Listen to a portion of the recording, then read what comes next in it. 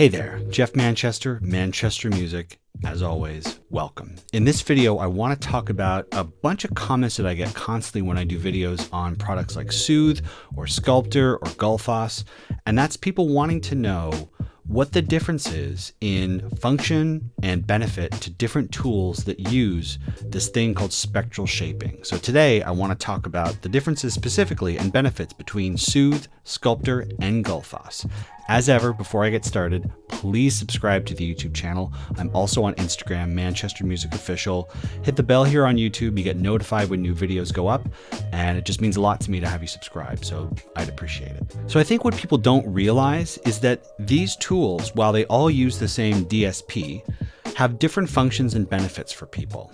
Before I get into the use cases for those three popular tools, I just want to take a moment to do my best to describe what spectral shaping actually is. Imagine a dynamic EQ. Imagine that you, however, had, about 96 or 140 different nodes that were all reacting with low ratio compression to a sound source, making hundreds of thousands of calculations every second to boost, to cut, to brighten, to unmask, to recover, to shine certain aspects of the frequency spectrum, depending on whether you're trying to push your sound to a target or whether you just want to suppress certain kind of sour or undesirable frequencies. So it's almost like an army of multi-band kind of compressors all along that frequency line, pushing or pulling or massaging your audio in a given direction. That's what spectral shaping is. So it kind of obviates the need for an EQ or a compressor or both, because it's kind of two-in-one with a lot of math. So hopefully that makes sense, and maybe it'll make even more sense when we dig into the audio examples, which I think we should do right now.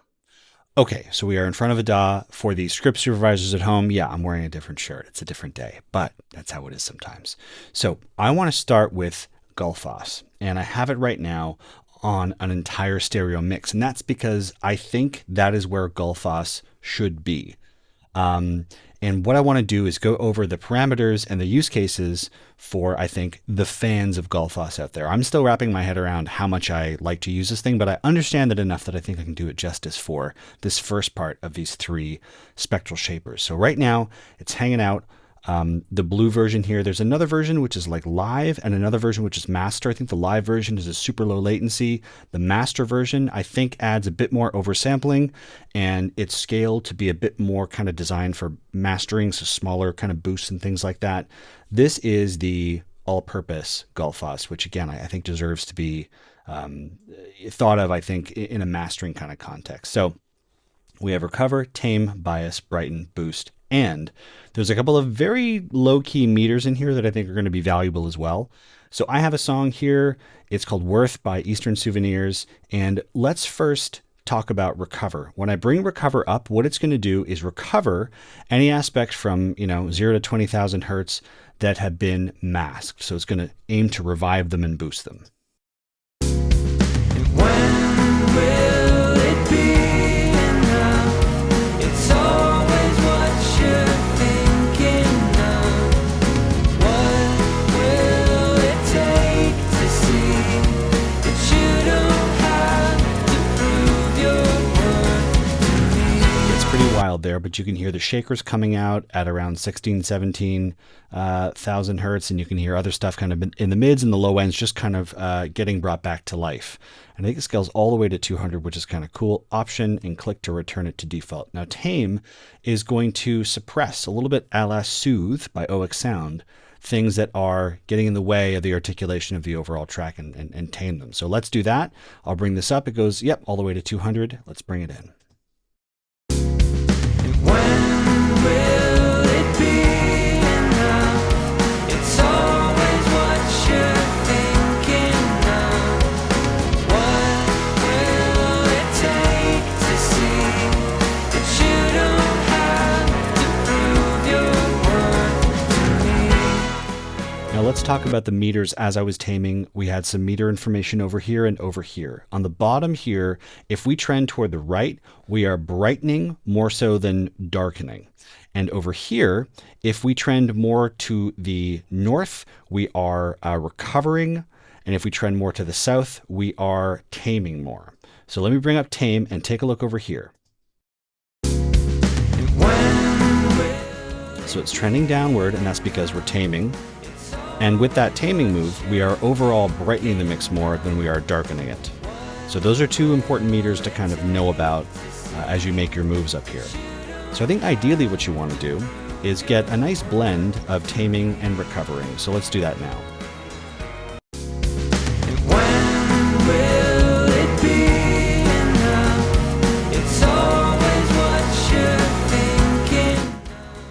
And what do you notice here?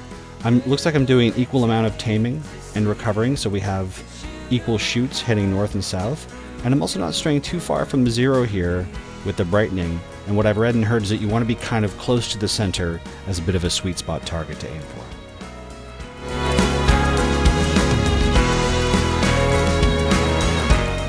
And of course we have our bypass here. Let's go before.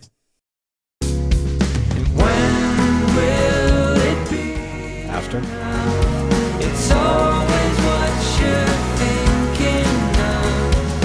What will it take? Now bias and brighten only work if you've done something to recover and tame. They're not going to have any effect if you haven't already gotten some settings over here. What bias is going to do is give, if you go north, if I go upward here, it's going to recover more than it will tame. It's going to give more of the frequency domain to recovery.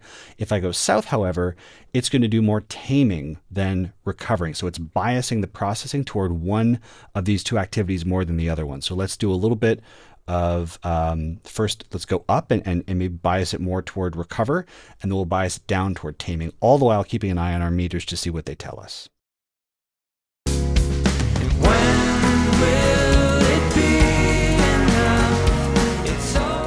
So now I'm recovering more.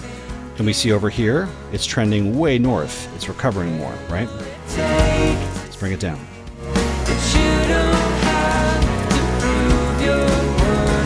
What does the meter tell us? We're taming more than we're recovering because the bias is all the way down here.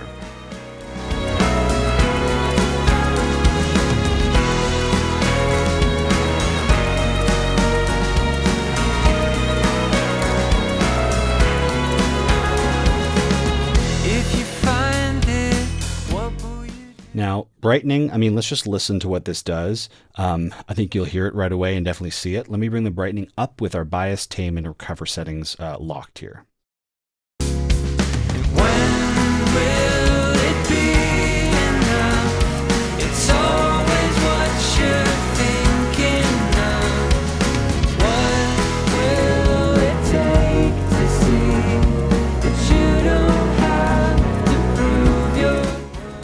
So again, I'm already getting a lot of brightness from my recovery, tame, and bias moves. So if I want to add, more processing to brighten things in the high end more than in the low end, I could do that. But it's about the sound at the end of the day, and that's pretty much what brighten does.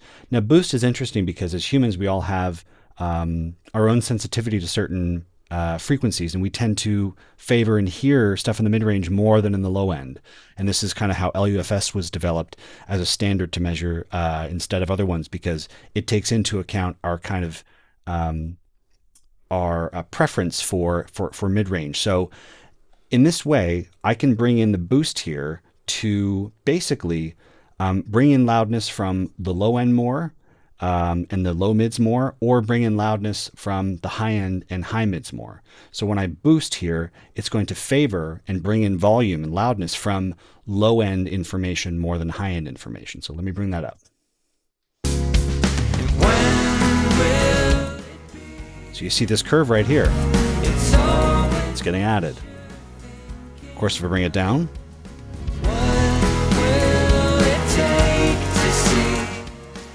a lot of top end, a lot of high mids.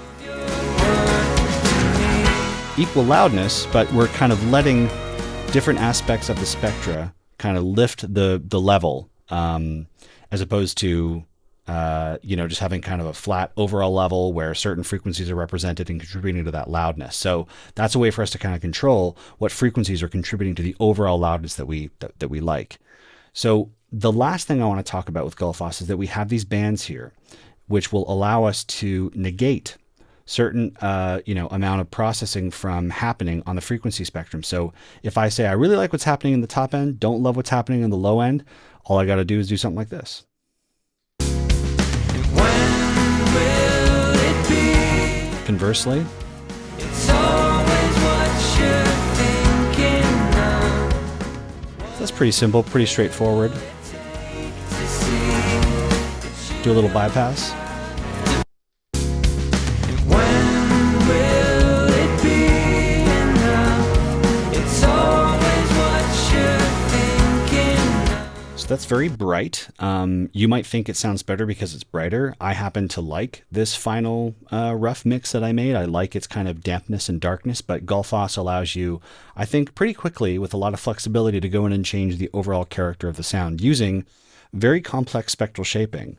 And I would also say that, it's best to kind of understand these tools as much as you can, and the manual and documentation is pretty darn good at giving you insight into how the tool works. But the actual processing behind the hood, all those calculations, that's something that I can't get eyes on. So I can't really speak to how that kind of math works. But hopefully I've given you the benefits, the use case, and a bit of insight into how this tool works and where it might be used, such that maybe you'll be able to know what to put it on or whatever. But that is Gulfoss by, I think, Sound Theory. Now let's move on to another spectral shaper that people ask me about a lot. And this one is called Sculptor, and it's from iZotope. Maybe I don't have it loaded up here, so what I'm going to do is go into my settings and find Sculptor. There it is. So Sculptor uses spectral shaping technology too, but it uses it in a different way. Imagine you have a prose mix, okay? And you've got all of the wet tracks loaded up. And imagine you were to solo them and listen to just what the kick is doing, and then just what the bass is doing, and just what the guitars are doing. And then you kind of use that information to build out an idealized target for what a guitar sounds like, not on its own, but what it sounds like when it's at its best in the context of an actual pro mix. So that guitar is going to sound a little different when you solo it and when you bypass all the plugins that made it kind of fit and work within that great mix. That is what that's what Sculptor does with Neutron. It is trying to take your sound source, in this case a snare, and mold it toward an idealized target of what the average snare sounds like in a great mix when that snare has a bunch of processing on it and is soloed.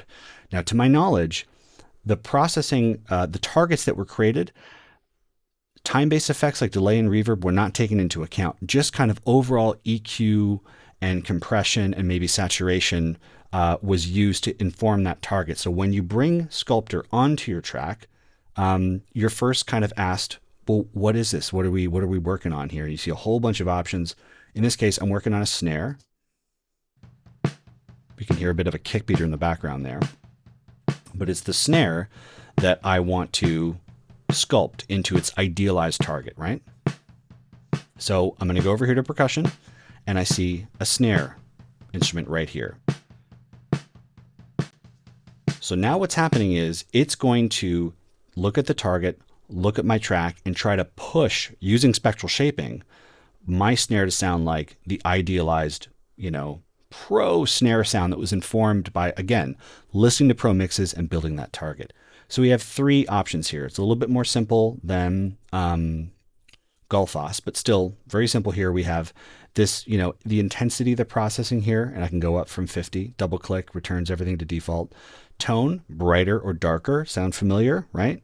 And we also have speed. So this is like the ballistics of the attack, release, all that kind of stuff in the background. Because remember, spectral shaping is like dynamics processing on steroids. So how quickly we want all of those kind of mechanics and math to mold this thing into its ideal kind of, snare sound. So let's first, before we do anything, let me just see if I can return this. Gauges are tough to bring them back to default. So what I'm going to do is just bring it back to this. Listen to the before and after here. Before and after.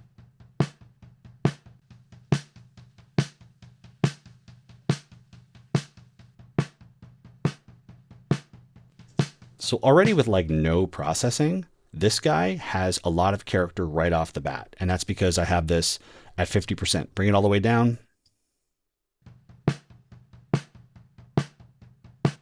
Even there's a bit of a snap there now. So let's bring this up.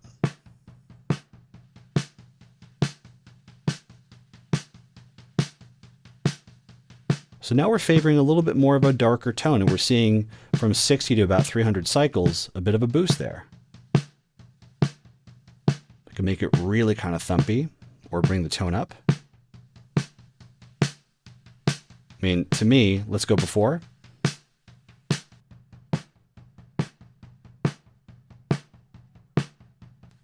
After. I mean, that's very, very snappy. Bring up the speed.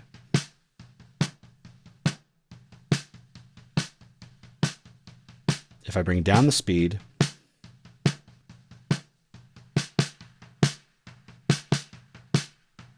I can almost hear a whooshiness, and I think that's just the sound of, you know, a slower attack and a slower release, letting through more of the transients and kind of like, you know, kind of pumping and breathing a little bit, which could be desired. In my case, I like a super clean kind of compression sound. So just to show you that when you relax the ballistics of the compression algorithm under the hood here, you do get more of that like pumping and breathing and whoosh kind of sound. So let me bring this back up.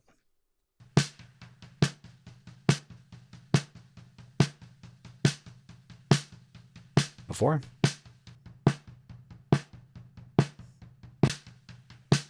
And of course we have a blend, so I can bring this down and then bring in a little bit of the signal in parallel. And that's what that does.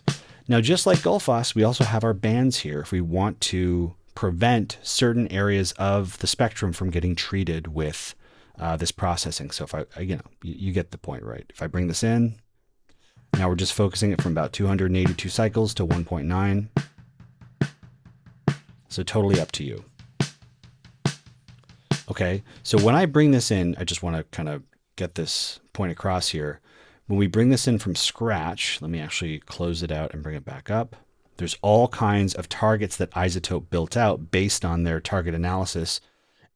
Vocals, percussion, orchestral, right? Strings, keys, guitar, bass, and there's all purpose, which is like fullness or an instrument bus or add punch, add polish. And so this is the whole point with Sculptor is it's a bit closer to Gulfoss than it is to Soothe. And it's, again, using that target system to get your track to an idealized kind of version of itself and what it would sound like in a pro's mix. So that's kind of what is going on here with Sculptor. For our last stop on this tour, let's talk about a beloved tool that also uses spectral shaping, as far as I know, called Soothe by Oeksound. So this is Soothe 2. I've done videos on this tool before, but for the folks that are just watching this one, Soothe's whole thing is to be a dynamic resonance suppressor. Unlike Gulfoss from Sound Theory, it's not going to brighten anything up, but it is going to tame. Unlike Sculptor, it's not going to do, it's not going to do any target processing or whatever, but it's going to use its magical powers as a spectral shaper just to identify harsh resonances and suppress them with a filter. I'm going like this because it's just adding those notches and tracking wherever those resonances go throughout the course of a performance. Now, its behavior and the way that you interact with it is a little bit different than the other two tools. So let's talk about that. So here we have a bunch of little nodes. They're in their fun little colors. And what I'm doing now is allowing kind of from, I guess, 21 all the way to 20,000 hertz here to be processed. If I want, I could do a high pass and prevent anything, below 4K from getting work done. Or I could bring it all the way out here and do that. Where I recommend you start is just by picking a node to kind of be the leader here and where you want to focus the targeting and play some audio. All I want is to love you. And what do you notice right away? There's nothing. It's identified a couple harsh frequencies and it's dipping them down. What I do with this node here is to go over here, and if I go north, it's going to concentrate a lot of that suppression in that range. Let me bring this back a bit. Is to love you like there's nothing else. So right now I have it bypassed, but here it is on. Is to hold you like there's nothing else I need beside. Now the metering is a little behind because I've had issues with Logic. I don't know why, but the metering is a couple seconds behind. It drives me nuts too, don't worry. It's not just you, it's not just ScreenFlow. But when I have it on, you can tell right away there's a pretty big reduction in energy, and you can hear it as I bypass. Let me go before and after, starting with before. All I want is to love you like there's nothing else on my mind. Here's after. All I want is to love you like there's nothing else on So what I could do is bring this in a little bit more so that it's not suppressing so much here. is to hold you. Now we'll get a bit more tone from Brian back. Else I need besides a simple.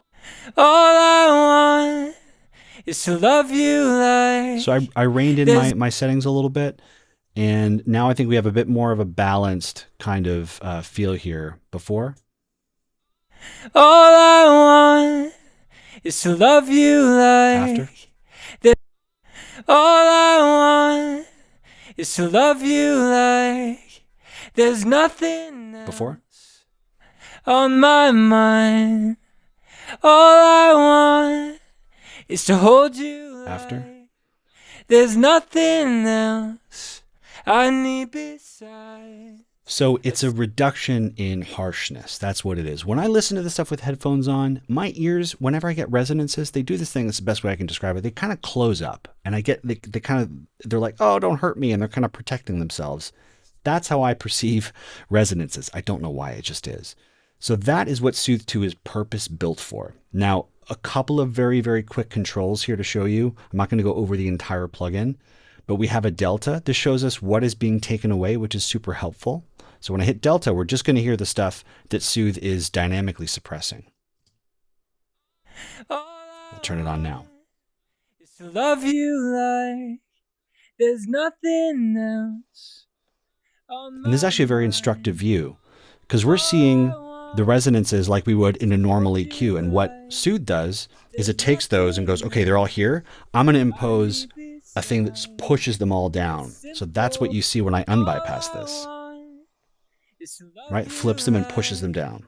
There's nothing else on my mind. We also have a left-right or mid-side mode, which a lot of people, rave about.